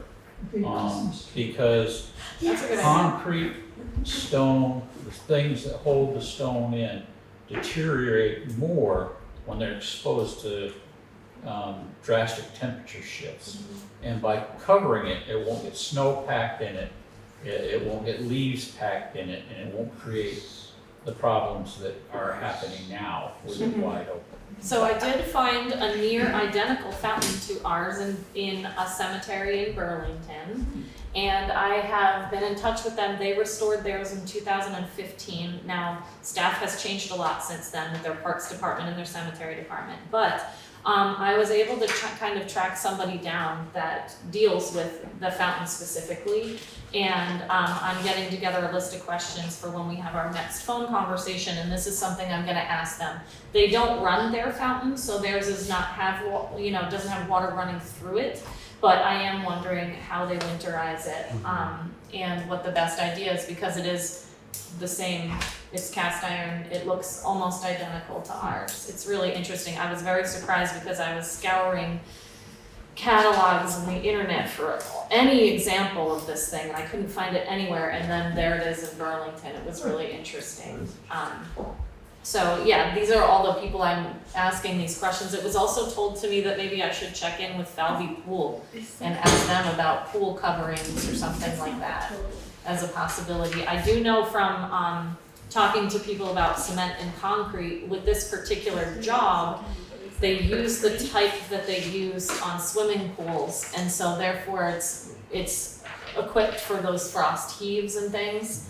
And that it was recommended that we completely refurbish the whole thing instead of just resurface it, because then you're gonna get that guarantee out of that material for more like, 20 years, 30 years instead of 7 to 10 years is what I was told that just scrape the old and patch it up would give us. So I think that's, yes.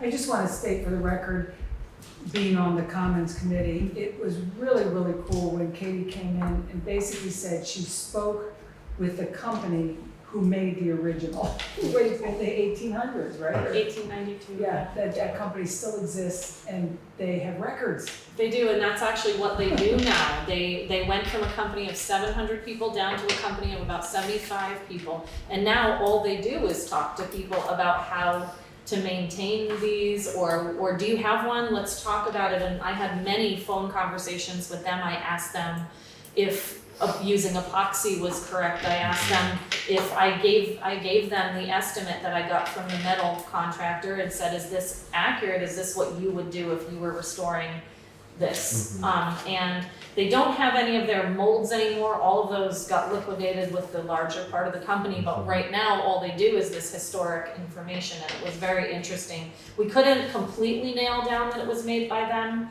but what I was able to piece together with Charlie Marchand was that it wouldn't be unheard of for this company in Cincinnati, Ohio to have reps coming out of Rutland that would have shown us catalogs and we would have chosen it, and that seems to be a possibility, especially considering that there's the near identical one in Burlington. So, Very cool. yeah, and it was really great to have them as a resource, because I did not want, I'm going at this blindly, I know nothing about fountains, and I did not want to just assume any material or any piece of the maintenance of it or anything like that. And as we want to build in a maintenance plan for this going forward, I thought it was really important to track that down. So I did.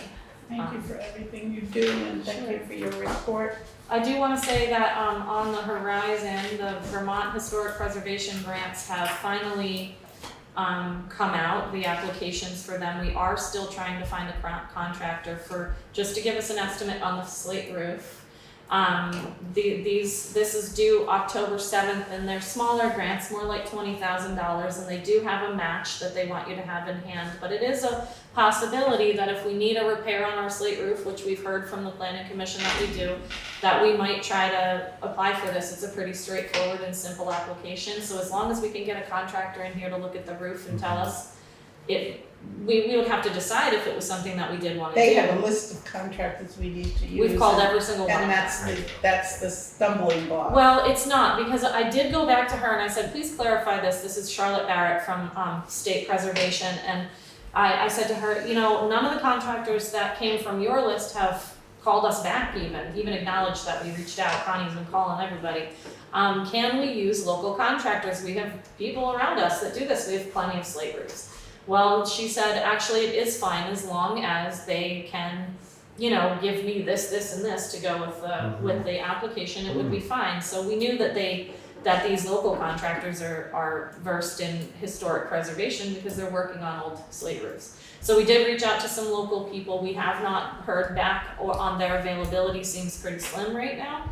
And then Jeremy just shared with me another person out of Guilford. And the woman from State Preservation is she's been putting out feelers all the way to New Hampshire and New York to see if anybody would come over, just to give us that estimate, just so we know what we're working with and if it's even worth pursuing. So that's something that I have been, that's on my radar that I don't want to overlook. Our time is ticking with the passive fire alarms. That passive money that the fire alarms could fall under, which is a 50% reimbursement, those are rolling until October. I last spoke to them early August from Passive, the woman that actually deals with the grant specifically, and she did not give me an indication that money has run out yet. I don't know if it'll be renewed after October, but Sherwood and I have discussed it, and we are still looking for a contractor for that.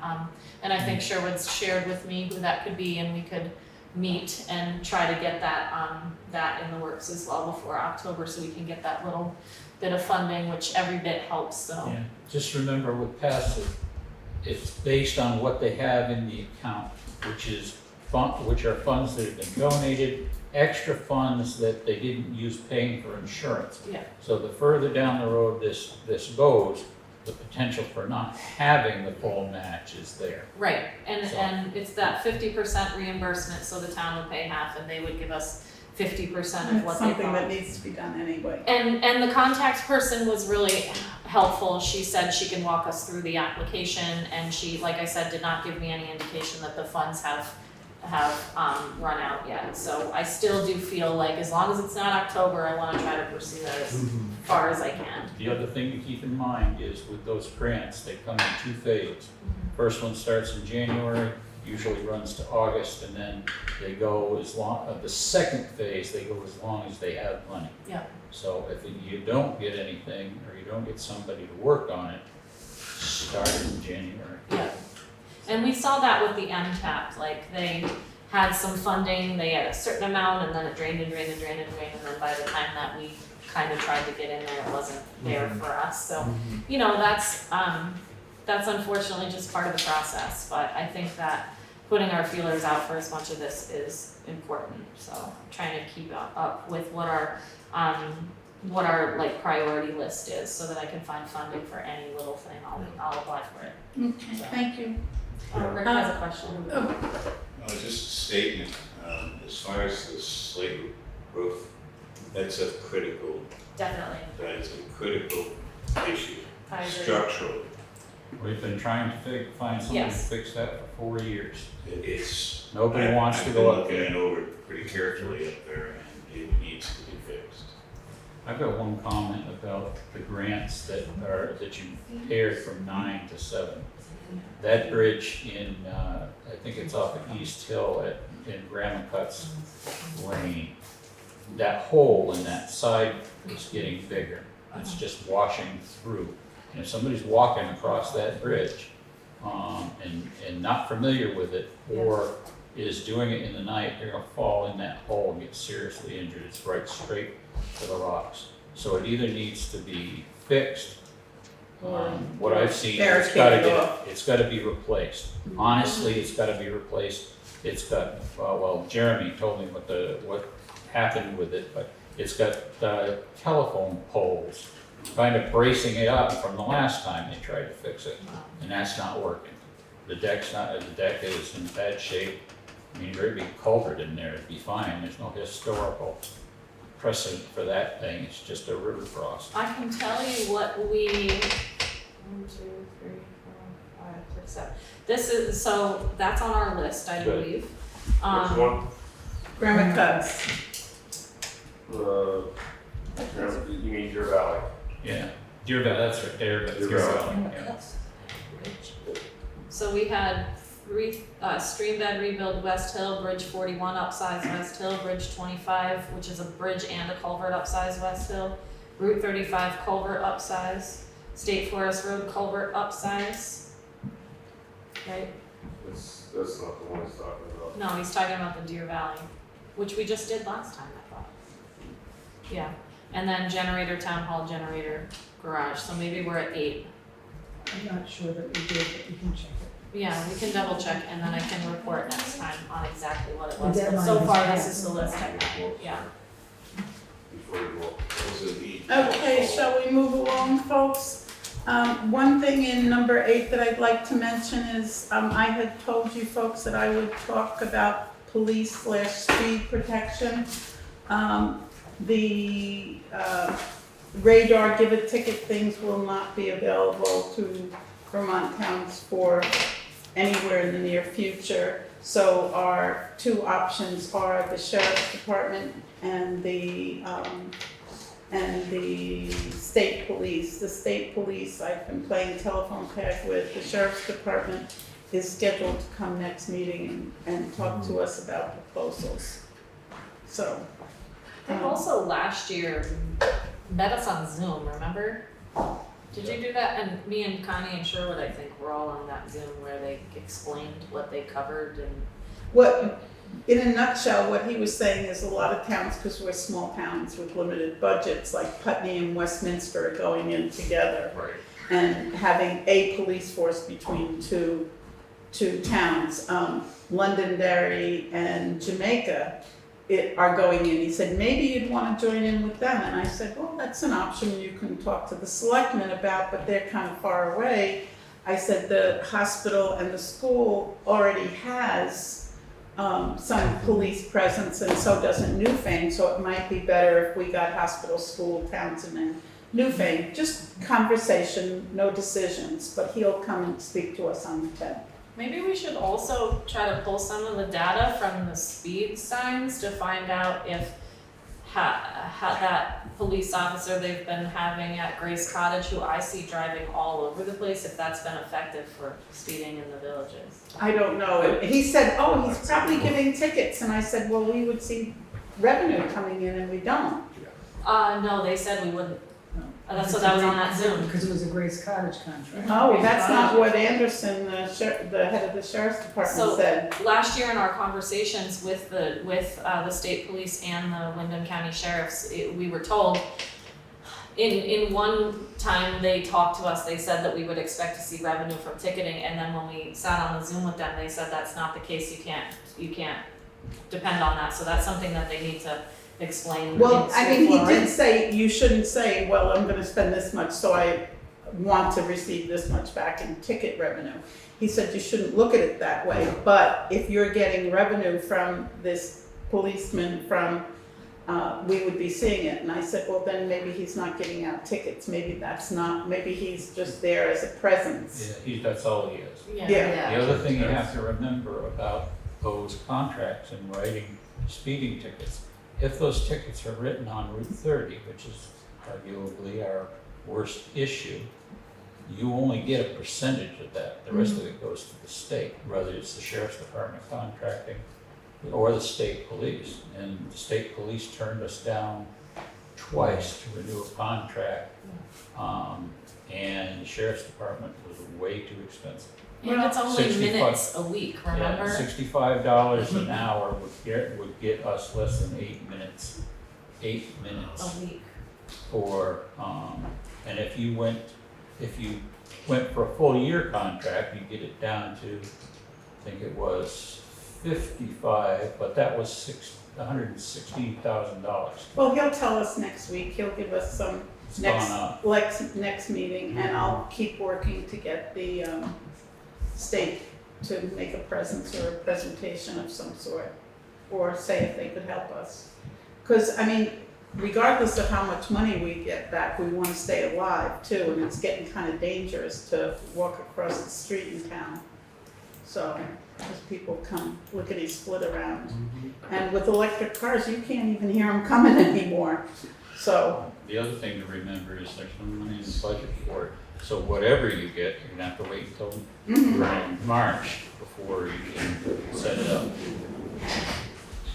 What was that?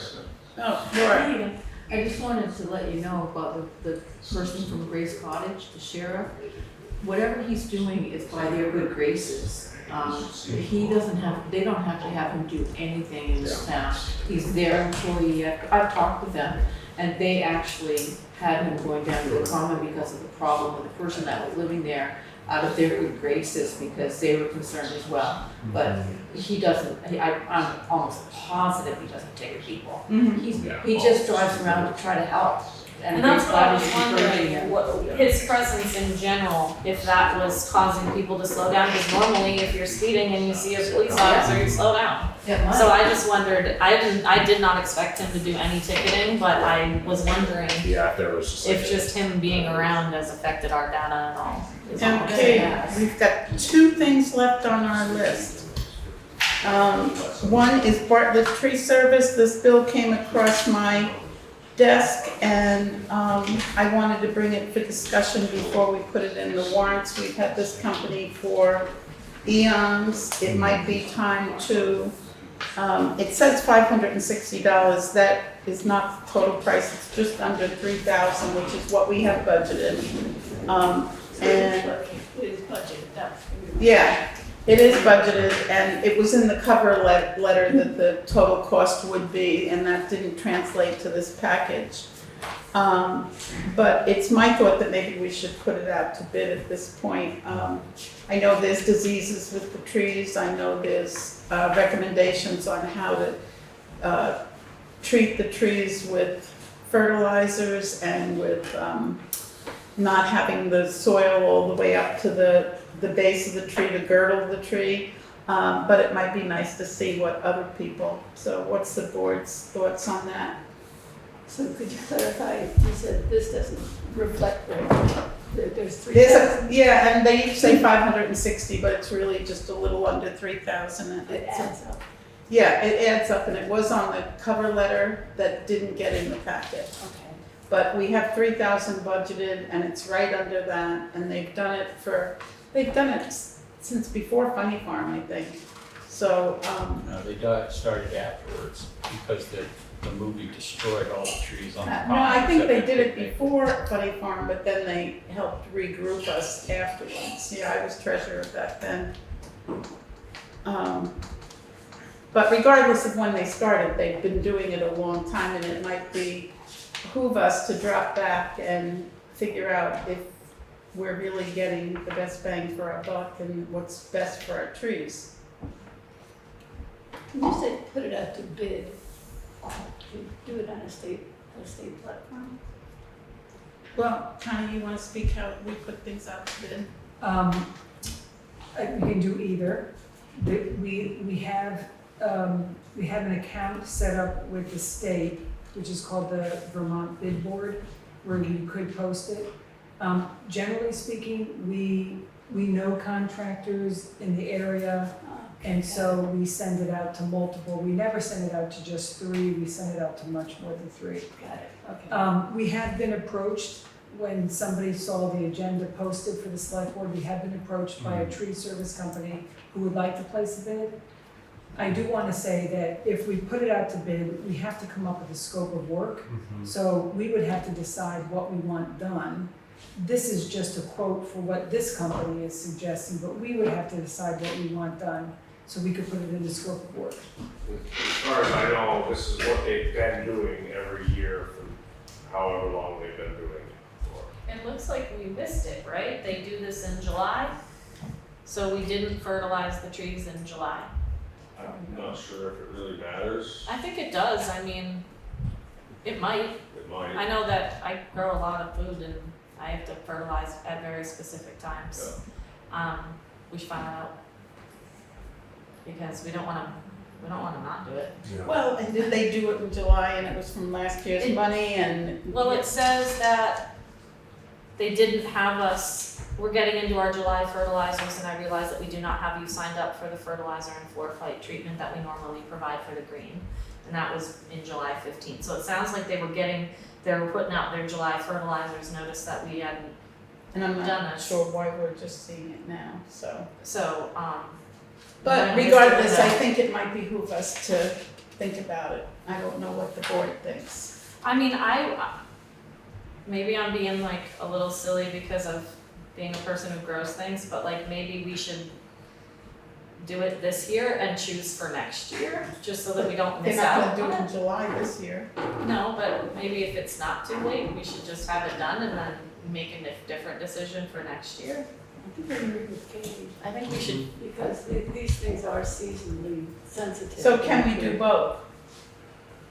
well, we would know what to budget for if we went with a different company going into November, but I think that if we already budgeted the money and we always do this in the summer, we should do it and then change who we So work with how next about year if we we ask get a Connie different bid. to call them and see if it's too late to do it? And if it's too late to do it, then we drop back and punt for the discussion again next I think we week. should also confirm what the contract was that we Thank signed you, last Glenn. year, Yeah, to make sure it's in there. yeah, we should. Because I remember we chose not to do something, but I can't remember which year it was. He always They were ran, drilling some, like, he always ran the budget right up to, I think one year he went to $4,000 and Steve went and talked to him and then the drop back to under our limit, and then we continued with that limit for 3, maybe 4 years, and 3 of those 4 years, they always had an estimate above what we budgeted, and Steve went in and said, no, we're not doing that, and then he, we got 1 year, came in at like 25, 26. Yeah. So I think we the- should check what we agreed to. When was the last time it was done? What we agreed to? If it hasn't been done this year, is it too late to do it now? And If then- it's in our contract. Yeah, They had in the original one we got this, it was early spring. They had tree removal was part of the bid, and I took the tree down ourselves to save some money, which I don't know why we pay somebody to do that when we can do it ourselves. As far as the stump goes, that'll have to be ground at some point, or I can dig it out, make a huge mess. Did they plan a new one? I thought They they were haven't, planning. not this year, last year. I know they did fertilization last summer and That tree had to come down. removed the tree and planted a new one.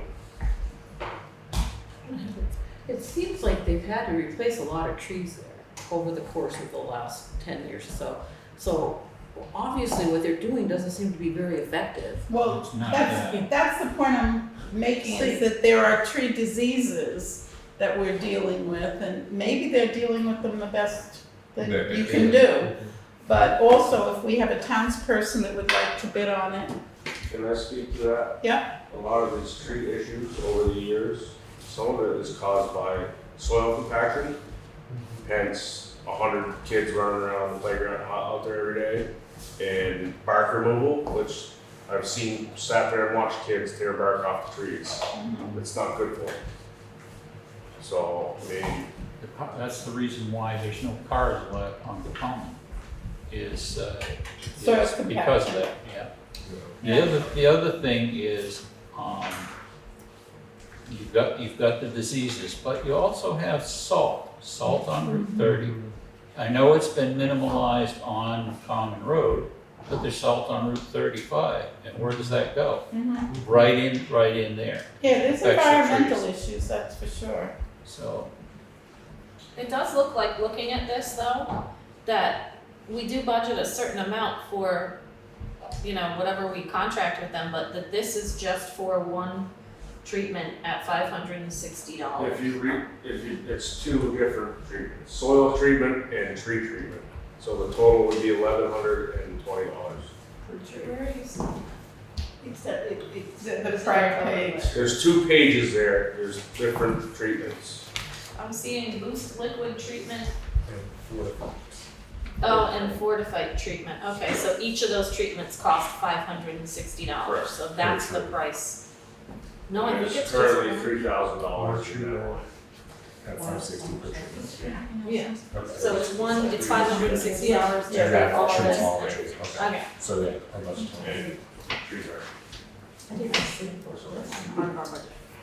So what I understand is that one thing that I am being directed to do is to check and make sure when the last fertilization was, what is in our current contract, or our contract last year, and if it's in that, if it is in the contract, is it too late to do it now? Then there is the issue about signing the contract with them, or we We'll address that next meeting. When does our contract expire with them? I don't This know. doesn't I seem don't to be have a the- contract, I don't this have the seems to current just one be, in It's yearly. We have a we contract. signed it Yes, every yeah. year. We did, we signed a contract with them last, but We've done it every year, 1 year. one-year contract, Yeah. starting in July, you think? I Well, can't No, remember. it was in I the would spring. assume this is the contract that they, this Yeah. Yeah, it is. I mean, it does say there's It covers terms and what conditions is that has in the that signature store. and they- Well, the signature. So we don't have a contract right now. So we're waiting until Connie gets information to make a decision next week, So report on it at the next select board meeting. at September 10th. They might be right And about what, that. I'm reporting on those 3 things, but we are still deciding whether or not, because I have to reply to this tree company that has gotten in touch with me. We're still deciding whether or not we're gonna put it out. to bid. Correct. Okay. And then our final,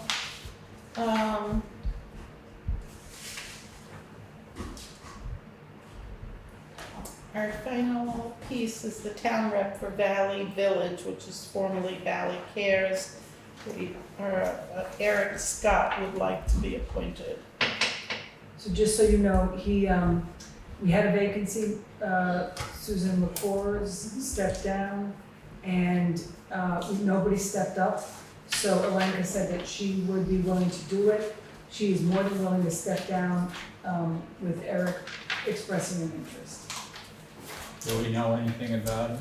He's already attended meetings. Is he Susan rescued? McCord, sort of recruited him, and he's already been attending the meetings. Or do we know anything about it outside? Does, I think he works with her, right? I The have no real idea. estate. He's a real estate. Oh, he's at the real estate company. Yeah, he works for her. Oh, okay. Yeah, and he's very savvy guy, kind of community minded. Had a daughter that Does has he been live in going, our has town? been going to high school for years. Bought some property up on the hill. He's a good guy. I don't say that easily. Laura seal of approval. Yeah, I tell you, I don't give that seal of approval to this Make a anybody. motion to appoint Eric Scott. Eric Scott, thank you, to the Valley Village position. Second. Okay, any further discussion? All those in favor? Aye. Aye. Opposed? It passes. Did you want to ask Nick a question about who did what? No, Oh. I was trying to respond to whatever I Yeah, talked about. Yeah. You might as well. I might as well, we're talking about appointments. Laura Richards has given her resignation letter for Keeper of the Commons, so we're gonna have to find somebody else for that. And, I mean, it could just be the Common Committee as well. Maybe we don't need it, but, Getting too bureaucratic, you've got a committee to care for it, you've got a chair, I would assume, in that committee, we do. just leave it at that. Okay. But I wanted That's you my all, opinion. that, I wanted you all to know that Of that course. came in. So, all right. Do I hear a motion to adjourn this meeting? So Second. it was double, Katie and I at the same Katie, time. the twins over there, moved to adjourn the meeting, and Nick followed suit. And all those in favor? Aye. Opposed? These are things that I have sort of for next meeting.